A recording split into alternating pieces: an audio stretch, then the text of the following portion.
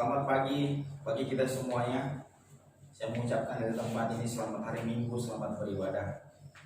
Ya, masuk lagi kita dalam minggu ini, dalam ibadah kita bersama. Tapi sebelum kita mendengarkan atau merenungkan kebenaran firman Tuhan, mari saya ajak dari tempat ini untuk kita berdoa bersama-sama. Mari kita berdoa. Bapa dalam surga, kami mengucap syukur untuk segala kebaikan Tuhan, penyertaan Tuhan dalam hidup kami. Kami boleh merasakan sukacita yang baru bersama-sama dengan Engkau. Dan tiba pada pagi hari ini, kami rindu lagi untuk mendengarkan kebenaran firman Tuhan. Walau jarak kami dari tempat lain berbeda, tapi kami tahu Tuhan Yesus Engkau selalu menyertai kami. Dan biarlah Tuhan kami berdoa, walaupun kami berjarak, tapi kami percaya persekutuan kami erat di dalam nama Tuhan. Terima kasih Tuhan Yesus. Mari Tuhan urapi hamba-Mu yang akan menyampaikan kebenaran firman Tuhan. Tuhan urapi hamba supaya apa yang keluar dari bibir mulut hamba ini semuanya berasal dari Tuhan. Terima kasih Tuhan Yesus. Terlebih lagi Tuhan, sembunyikan hamba-Mu di bawah kaki salib Tuhan, supaya nama Tuhanlah yang terpancar bagi ini semuanya. Terpujilah Engkau dalam nama Tuhan Yesus kami berdoa. Amin. Mari kita buka perenungan kebenaran firman Tuhan yang terambil dari Kolose.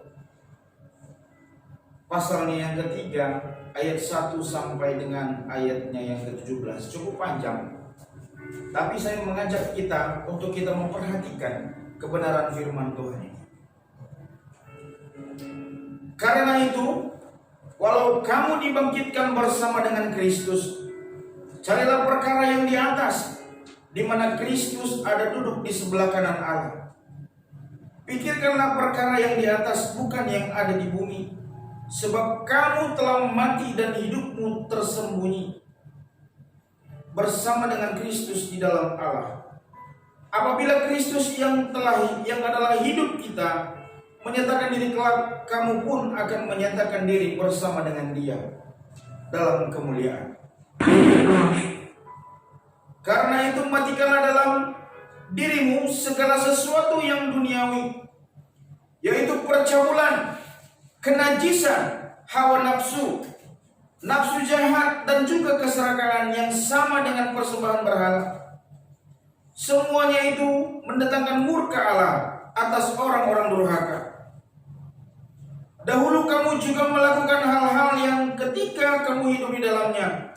Tetapi sekarang buanglah semuanya ini, yaitu marah, geram, kejahatan, fitnah, dan kata-kata kotor yang keluar dari mulutmu. Jangan lagi kamu saling mendustai, karena kamu telah meninggalkan manusia lamamu serta kelakuannya, dan telah mengenakan manusia baru yang terus-menerus diperbaharui untuk memperoleh pengetahuan yang benar menurut gambar kalibnya. Dalam hal ini tiada lagi orang Yunani atau orang Yahudi, orang bersunat atau orang tak bersunat, orang barbar atau orang Skit, budak atau orang merdeka. Tetapi Kristus adalah semua dan di dalam segala sesuatu. Karena itu, sebagai orang-orang pilihan Allah yang dikuduskan oleh dan dikasihinya, kenakanlah belas kasihan, kemurahan, kerendahan hati, kelemah lembutan, dan kesabaran. Sabarlah kamu seorang terhadap yang lain, dan ampunilah seorang akan yang lain apabila yang seorang menaruh dendam terhadap yang lain. Sama seperti Tuhan telah mengampuni kamu, kamu perbuat jugalah demikian. Dan di atas semuanya itu kenakanlah kasih sebagai pengikat yang mempersatukan dan menyempurnakan. Hendaklah damai sejahtera Kristus memerintah dalam hatimu, karena untuk itulah kamu telah dipanggil menjadi tubuh. Dan bersyukurlah, hendaklah perkataan Kristus diam di segala kekayaan di antara kamu, sehingga kamu dengan segala hikmat mengajar dan menegur seorang akan yang lain, sambil menyanyikan mazmur dan puji-pujian dan nyanyilah rohani. Kamu mengucap syukur kepada Allah di dalam hatimu, dan segala sesuatu yang kamu lakukan dengan perkataan atau perbuatan, lakukanlah semuanya itu dalam nama Tuhan Yesus, sambil mengucap syukur oleh Dia kepada Allah Bapa kita. Saudara-saudara yang terkasih dalam nama Tuhan Yesus Kristus, saya memberikan tema perenungan pada pagi hari ini adalah hakikat pola hidup baru. Tujuan mengajarkan kita tentang hakikat pola hidup baru setelah percaya kepada Tuhan Yesus, supaya dapat hidup kudus dalam kehidupan orang percaya. Saudara-saudara yang terkasih dalam nama Tuhan, dalam Kamus Besar Bahasa Indonesia, hakikat berarti inti dasar atau dasar. Jadi dalam tema hari ini kita belajar dari dasar dan dari hidup baru bersama Kristus. Saudara-saudara yang terkasih dalam nama Tuhan Yesus, banyak kasus dalam jemaat yang terjadi, yaitu ketika mereka bersedia bertobat dan menyatakan diri untuk percaya kepada Tuhan Yesus dan menjadi jemaat Tuhan, mereka mengalami masalah. Masalah apa? Masalah hidup yang lama. Hidup yang lama selalu masih mengikat mereka. Mereka belum hidup baru bersama-sama dengan Tuhan. Hanya bibir saja mengatakan aku bertobat, tetapi kelakuan masih sama. Sama juga dengan dewasa sekarang. Banyak orang Kristen terjebak dalam segala kenikmatan-kenikmatan duniawi. Di kota banyak orang menikmati dunia gemerlap. Di desa banyak orang menikmati pesta pora, mabuk-mabukan. Di mana-mana ada perjudian. Tapi sering kita ketemukan orang-orang yang melakukan hal itu adalah orang-orang Kristen itu sendiri. Mohon maaf, saya bukan menuduh, tapi fakta yang saya lihat begitu. Kita lihat di KTP mereka statusnya Kristen. Tapi kalau ditanya apa itu Kristen, mereka tidak tahu. Sedih melihatnya. Nah, bagian dari perenungan firman Tuhan ini, kita mau hidup kita baru bersama dengan Tuhan. Kita mau hidup yang baru, hidup yang benar-benar baru, hidup yang benar-benar dimurnikan oleh kuasa Tuhan. Maka Rasul Paulus menekankan, mari kita lakukan perkara di atas. Artinya perkara di atas adalah perkara-perkara rohani. Jangan sampai kita meninggalkan perkara rohani dan mengutamakan perkara duniawi. Saudara-saudara yang terkasih dalam nama Tuhan Yesus, misal kalau kita menyadari bahwa roh kita kekal dan suatu hari kelak kita harus mempertanggungjawabkan kehidupan kita kepada Tuhan, maka kesadaran itu akan mempengaruhi cara hidup dan gaya hidup, tingkah laku dan perkataan kita. Saudara-saudara yang terkasih dalam nama Tuhan Yesus, Rasul Paulus berkata, karena kita sudah dibangkitkan bersama Kristus, kita harus memikirkan perkara-perkara di atas. Kalau kita melihat ayat 1, karena itu kalau kamu dibangkitkan bersama dengan Kristus, carilah perkara yang di atas, di mana Kristus ada duduk di sebelah kanan Allah. Pikirkanlah perkara yang di atas, bukan yang di bumi. Jelas firman Tuhan berkata, kita sudah disatukan dengan Kristus bersama-sama dengan kematiannya. Kalau kita melihat ayat yang ketiga juga, sebab kamu telah mati dan hidupmu tersembunyi bersama dengan Kristus di dalam Allah. Maka pikiran dan hati kita harus disesuaikan dengan pikiran dan hati Kristus itu sendiri. Saudara-saudara yang terkasih dalam nama Tuhan Yesus, di sini ada proses pengenalan diri dengan Kristus. Hidup kita hanya untuk menyenangkan hati Allah. Garis bawahi, hidup kita hanya untuk menyenangkan hati Allah, tidak ada yang lain. Dan melakukan kehendak Allah, yaitu hal-hal yang mulia bernilai kekal. Berbuat baik, menjadi berkat bagi orang lain, memberkati orang lain dengan apa yang kita punya. Maka saudara-saudara yang terkasih dalam nama Tuhan Yesus, Alkitab memberi beberapa petunjuk praktis untuk menghadapi setiap perjalanan hidup kita. Dalam renungan firman Tuhan hari ini saya membaginya dalam dua hal. Yang pertama, mari kita rubah pola pikir kita. Kita rubah mindset kita. Ayat 1 sampai dengan ayat yang keempat. Apabila Kristus yang adalah hidup kita menyatakan diri kelak, kamu pun akan menyatakan diri bersama-sama dengan dan dalam kemuliaan. Dasarnya adalah kebangkitan bersama Yesus Kristus. Berarti Yesus telah mati bagi dosa. Artinya kita telah ditebus. Dan saatnya dan dia bangkit untuk menjalani hidup kita bersama-sama dengan teladan Kristus. Saudara-saudara yang terkasih dalam nama Tuhan, caranya dengan memikirkan perkara yang di atas. Seperti orang-orang yang memikirkan hal-hal duniawi akan menjadi orang dunia. Kita telah bangkit dan kita telah menjadi warga kerajaan sorga. Mari kita memikirkan hal-hal rohani yang sumbernya dari sorga, yaitu bersumber dari Bapa yang ada di sorga. Mari kita melakukan hal-hal yang di atas. Mari kita melakukan hal-hal rohani. Tapi dengan catatan, jangan kita munafik.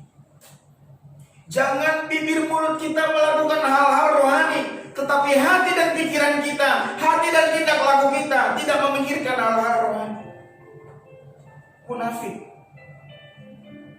Nah, yang kedua, saudara-saudara yang terkasih dalam nama Tuhan Yesus, merubah pola hidup. Merubah pola hidup. Ayat 5 sampai dengan ayat 17. Ciri-ciri hidup ayat yang baru, ayat yang 10. Dan telah mengenakan manusia yang baru, dan telah mengenakan manusia baru yang terus-menerus diperbaharui untuk memperoleh pengetahuan yang benar menurut gambar Khalifnya. Dalam hal ini tiada lagi orang Yunani atau orang Yahudi, orang bersunat atau orang tak bersunat, orang barbar atau orang Skit, budak atau orang merdeka, tetapi Kristus adalah semua dan di dalam segala sesuatu.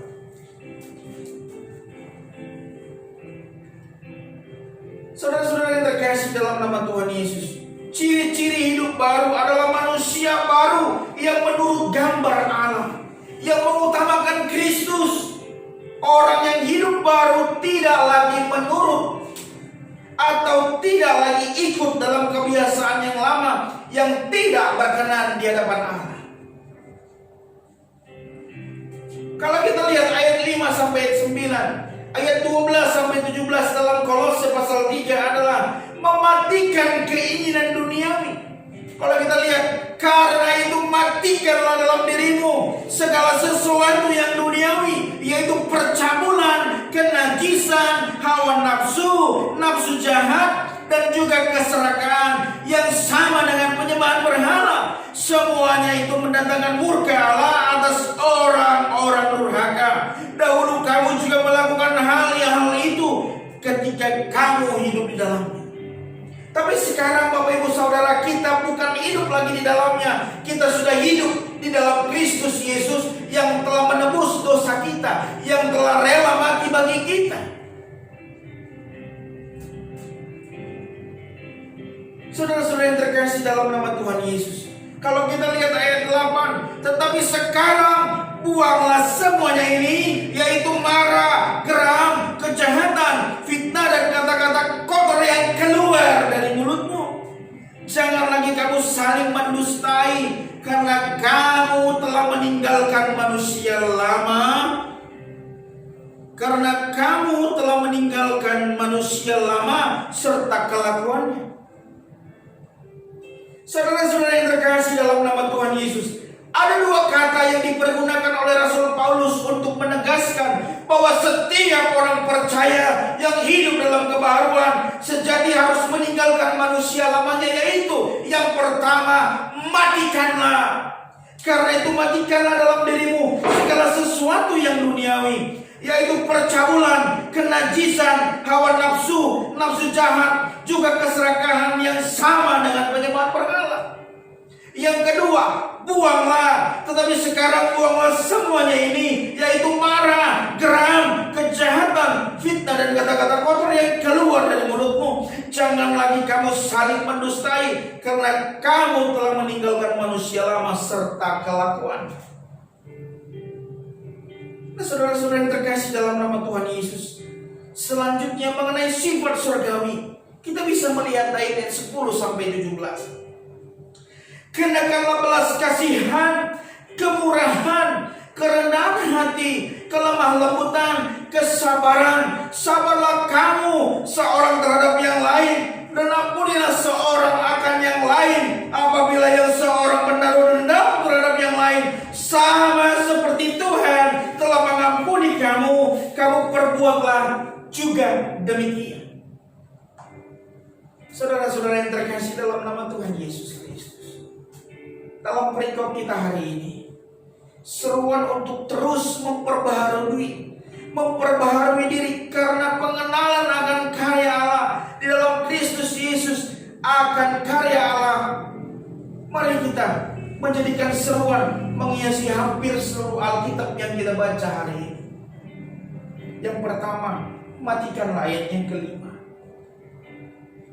Yang kedua, buanglah ayat yang ke-8. Tetapi sekarang buanglah semuanya ini, yaitu marah, geram, kejahatan, dan seterusnya.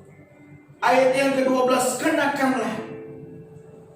Karena itu sebagai orang-orang pilihan Allah yang dikuduskan oleh dikasihinya, kenakanlah belas kasihan, dan seterusnya. Yang keempat, hendaklah ayat 15-16. Hendaklah damai sejahtera Kristus memerintah dalam dirimu, karena untuk itulah kamu telah dipanggil. Dan ayat 17, lakukanlah dan segala sesuatu yang kamu lakukan dengan perkataan yang perbuatan, lakukanlah semuanya itu dalam nama Tuhan Yesus, sambil mengucap syukur oleh Dia kepada Allah Bapa kita.